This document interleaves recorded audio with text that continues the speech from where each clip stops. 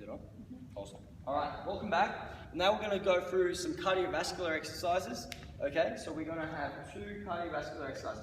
First one is the roller. All right, next one is the assault bike. So let's first hop on the roller plate. All right. So I have set this feet position for you quite nicely now. What you want to do is make sure that strap. Okay, when you strap it in, strap your feet in. Good. Is about your middle of your foot. All right, strapped in around there. Now from here, your resistance. Okay. Depending on the intensity you want to push at, one is the lowest resistance, 10's the highest.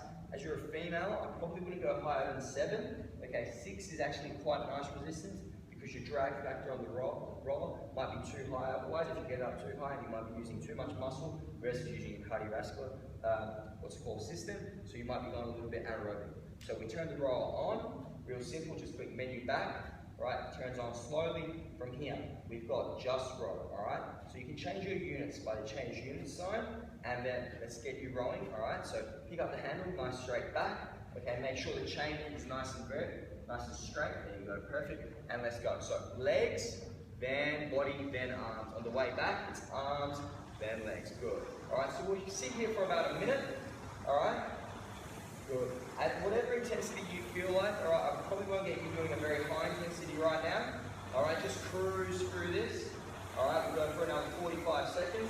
That's it. Just remember, legs, body, arms, and on the way back, it's arms, body, legs. Good. Nice long pause. That's it. Obviously, as you increase the intensity of your rowing, it gets harder by the amount of strokes you pull at. So your strokes per minute are here. And at the moment you're rowing at about 28 strokes a minute. Okay? If you increase that, it will get harder for you. So let's go for another 20 seconds. That's nice. Good. There you go. Excellent. Good. And have a rest here. Good. Awesome. So the rower is an extremely effective cardiovascular exercise, as you would know, okay, for the whole body, all right? So your heart rate will increase, all right? Blood pressure will increase when you're rowing, all right? But the beautiful thing about it is it trains your whole body from your legs to your upper body, all right? So your legs, your core, your back as well, all right? So let's stand up, all right? Shake the legs out a little bit, all right? Now I'm going to progress you to the assault bike, all right? Now the assault bike, what we want to do is we want to make sure the first step, come over here, that this seat is at your, your femoral head, all right? So it's about there. So this is too high for you. This was set up for me, myself. Now what I'll get you doing is twisting this lock here, all right? That's it, twist it, make sure it's loose. Then you can pull it out, that's right, once you feel like it's nearly loose, you pull it out. There you go, see that? Now you can push it down, all right, there you go. That's probably a little bit too low. Probably go 4 for you. Level 4. That's it. Good. Awesome. Now tighten that up. Awesome. Awesome stuff. Now the assault bike, you're going to sit on it. Right. Very similar to a bicycle. All right. But the only difference is that it's not only, don't go there. It's not only that your arms are working. All right. Now your legs, sorry, but your arms at the same time. So as you pedal, you're going to push and pull at the same time. So let's have a look at you. That's it. Maintain a nice straight back. That's right. Keep your chest up so you can breathe.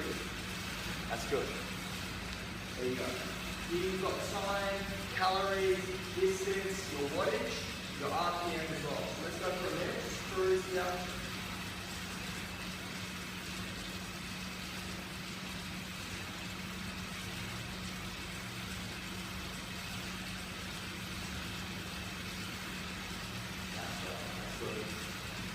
Keep that up. You've got another 30 seconds here.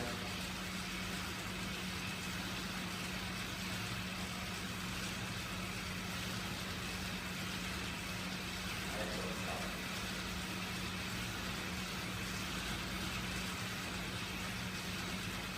Good. Keep staying.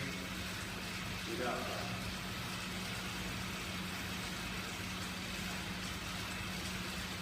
5, 3, 2, 1, and rest. Good job. Nice. How's that? What did you find harder? The assault bike. Yes. So come over here, Claire. I asked her a quick question, what she found harder, and she responded with the assault bike. Okay. the assault bike is a lot harder than the rower, okay? You commonly don't find these at the gym, okay? You commonly find these in strength conditioning facilities. The reason it's harder than the rower is because you're working the whole time, right? So you're pushing and pulling, while the rower, you work on your pull, while on the way back, you're relaxing, okay? So in regards to intensity and exercise, the assault bike doesn't have a level of what intensity you're at, but it's all about how hard you want to push, okay? And the rower does, but the assault bike definitely is a whole body workout, a lot more than the rower is, all right? Cool. All right, so now what we're going to do is we're going to go through a little circuit, okay, that I've created for you, all right? It's going to be a simple one. It's going to be 30 seconds on, 10 seconds off, so it's an interval, right? We're going to be doing box jumps, and I'll demonstrate that for you. We'll be doing Russian kettlebell swings only to eye level because of your shoulder, so we're not going overhead with that. We'll also be doing ball slams, all right? Probably just about your head height, so you're not extending all the way up, all right? And then finally, we'll be finishing off with jumping lunges, okay? Alternating left, right, just be light on those feet. So let's just rotate this camera around a little bit to the circuit area. This is our little, wait, move this out of the way.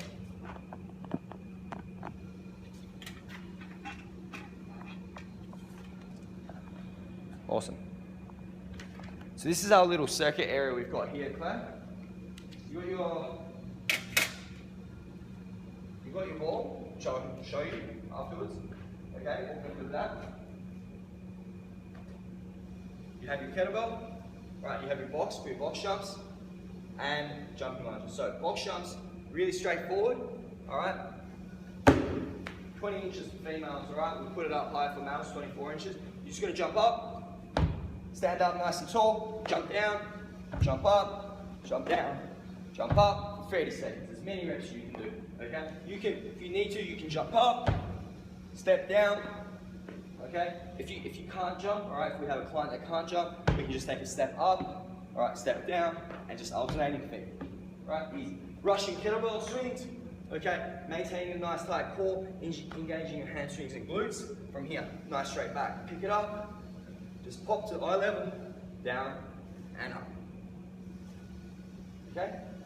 So using those hips rather than those arms. All right. Ball slams. Very simple. Nice straight back, bum down, okay? Lifting with the hips, bend arms, catch, down. You can see I'm not fully extending up because of your shoulder, so I don't want you to extend up. All right, just come to here, roll it down, catch. 30 seconds, and then finally, alternating jumping lunges. Remember, on the weighted lunge, we maintain the vertical shin. Same thing on these. Here, alternate. Use your arms if you have to, okay? Control, up and down, all right? Yeah. Easy, so I'll get the timer, we'll get that sorted, and we will go from there. Alrighty. So remember, we're starting with box jumps, all right? All right, you ready? 10 seconds. 5, 4, 3, 2, 1, let's go. That's it, good. Stand up nice and tall. That's it, good. That's it, keep that intensity up. Good clap. 15 seconds down. Keep working. That's it. Nice, 5. Keep going, 2 more reps. 2, 1, and rest. You have a 10-second rest. Nice job. All right, transitioning to Russian kettlebell swings. Make sure you pick that up with a nice straight back. Okay? 3, 2, 1, let's go. 30 seconds here. That's it. Good. That's it. Lean over. Use those hamstrings. Breathe. Exhale on the way up. That's it. Inhale. Exhale. Good. That's it. Excellent stuff. There you go. You've got another 10 seconds. Hold on.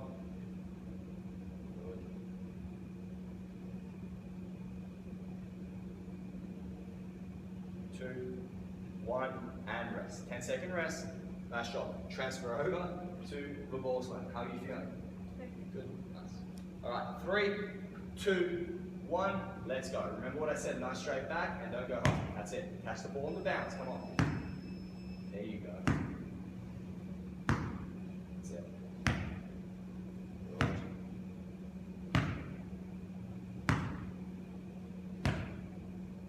Excellent stuff. There you go. 20 seconds down. Good. Use those legs. 3, 2, 1, and rest. 10-second rest, and finally finishing off with jumping lunges. All right, make sure that shin's nice and vertical. We're going in 3, 2, 1, let's go. That's it, control, good. Nice, don't let that knee bang, nice and controlled. Good job. There you go, 10 seconds down. That's it, just alternate.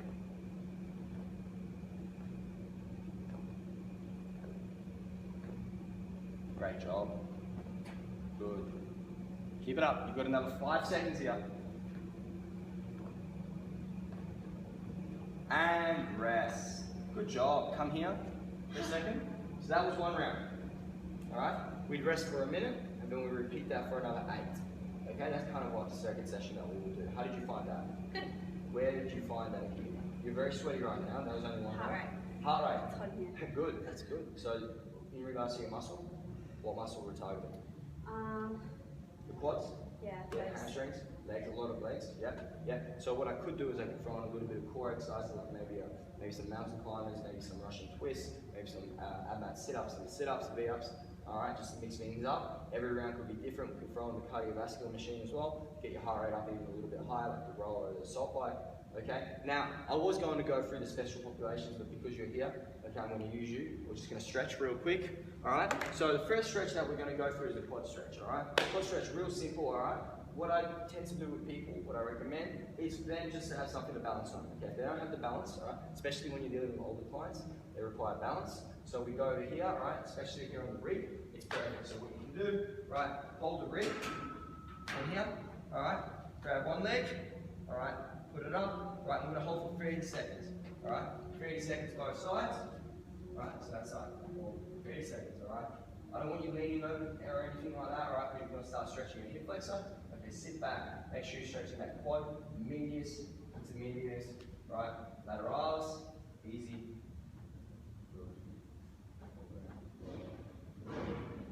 Good session. Trained now. You've trained. You're done. That's it. Got another 10 seconds. Hold. Alright. 3, 2, 1, and switch sides. Alright, you can switch sides on the rig, you can stay on the same side, not really issue here. That's it, you're feeling that in the quad? Nice. So anything under 20 seconds, you're probably not going to get any muscle lengthening, alright? What you want to do is you want to stretch it for about 30 seconds. Okay, get that muscle lengthening, help. It's going to help you with recovery, alright? It's not going to stop any late onsets, muscle soreness or anything like that, but it can help, prevent the severity of it, okay? So stretching is definitely extremely important, okay, especially when you're lifting weights as well. And that's it. Now the next one for the upper body, alright? We did a bit of chest, okay, and what we don't want is for our chest to pull us forward, to round our shoulders forward, alright? We're going to stretch out our pec, alright? So the pec stretch, real simple, same thing. You can use a rig, okay? Come here, grab the rig, alright? Put your arm, extend it out, and just stretch it out, alright? Put pressure, stretching it out, alright? You should be feeling this through your chest, okay? Give that a crack. Again, same thing, 30 seconds there. Nice, that's it. Rotate that body. Awesome. Feel that? Good. Very nice. Shaming one to stretch after every session. Prevents injuries. Good. Hold that for another 5, 4, 3, 2, 1. And switch sides. That's it.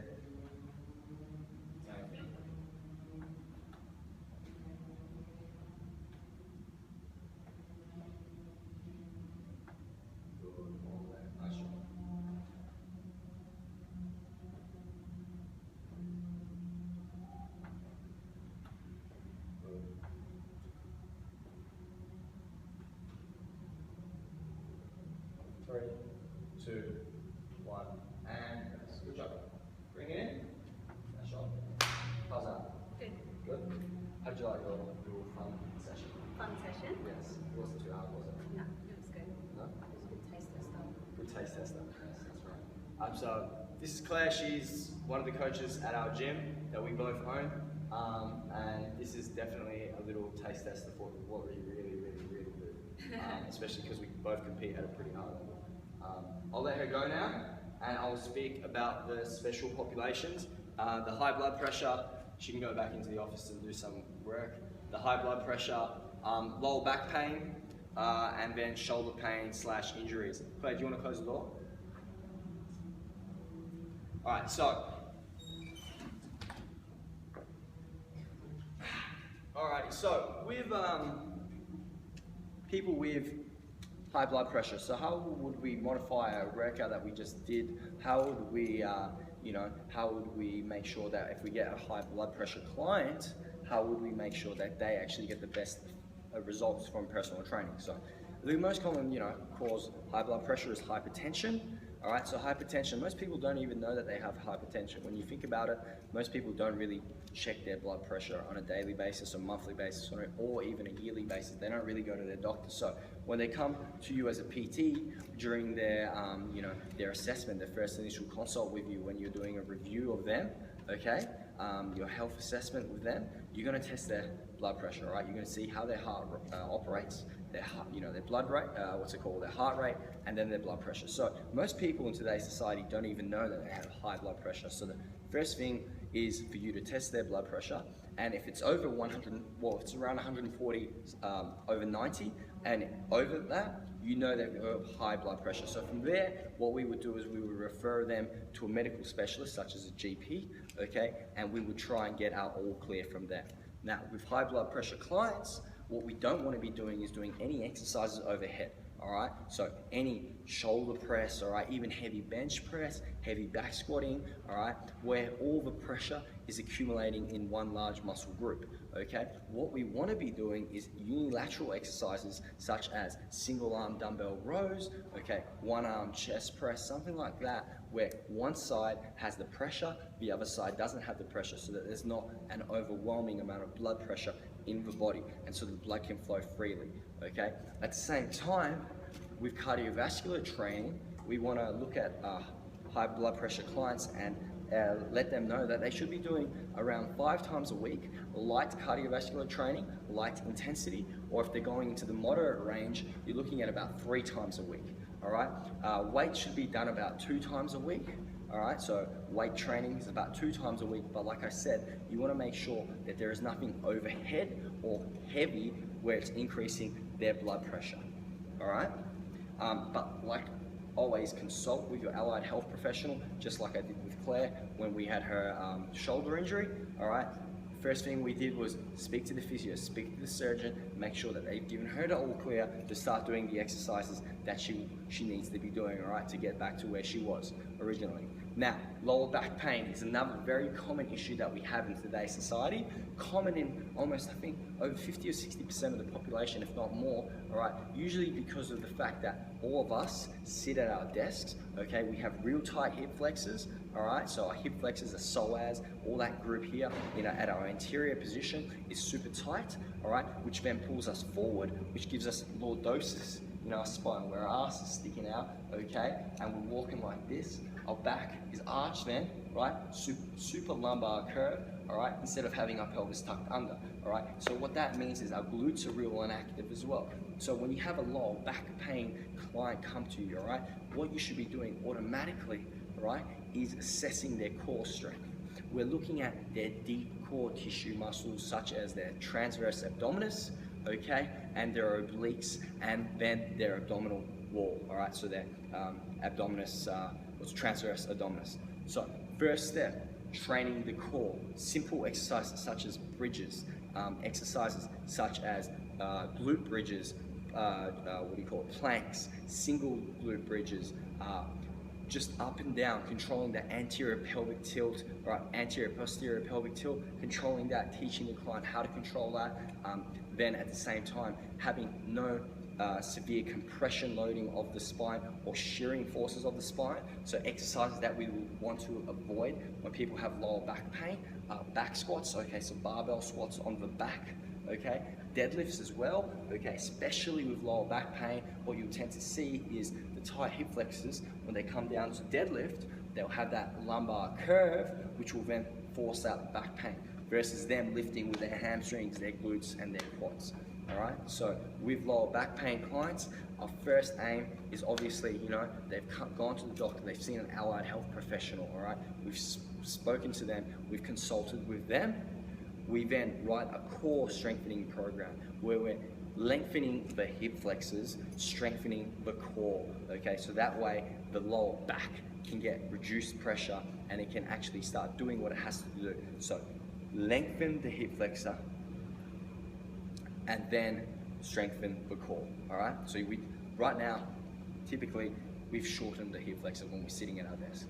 Finally, final injury, right, with special population that we're looking at are people like Claire, shoulder pain or injury, right? So the most common thing that you'll see in today's society is what we call shoulder impingement, all right? Some people get into that chronic phase of having a chronic bursitis, all right? So that is where the bursa is irritated by the glenohumeral joint, all right? So what happens is, right, we have bursa, and then all of a sudden a joint keeps rubbing on it. Now the common factor for this, right, is desk office workers, these guys, or even manual laborers that are always anterior forward, all right? So their shoulders are rolled forward.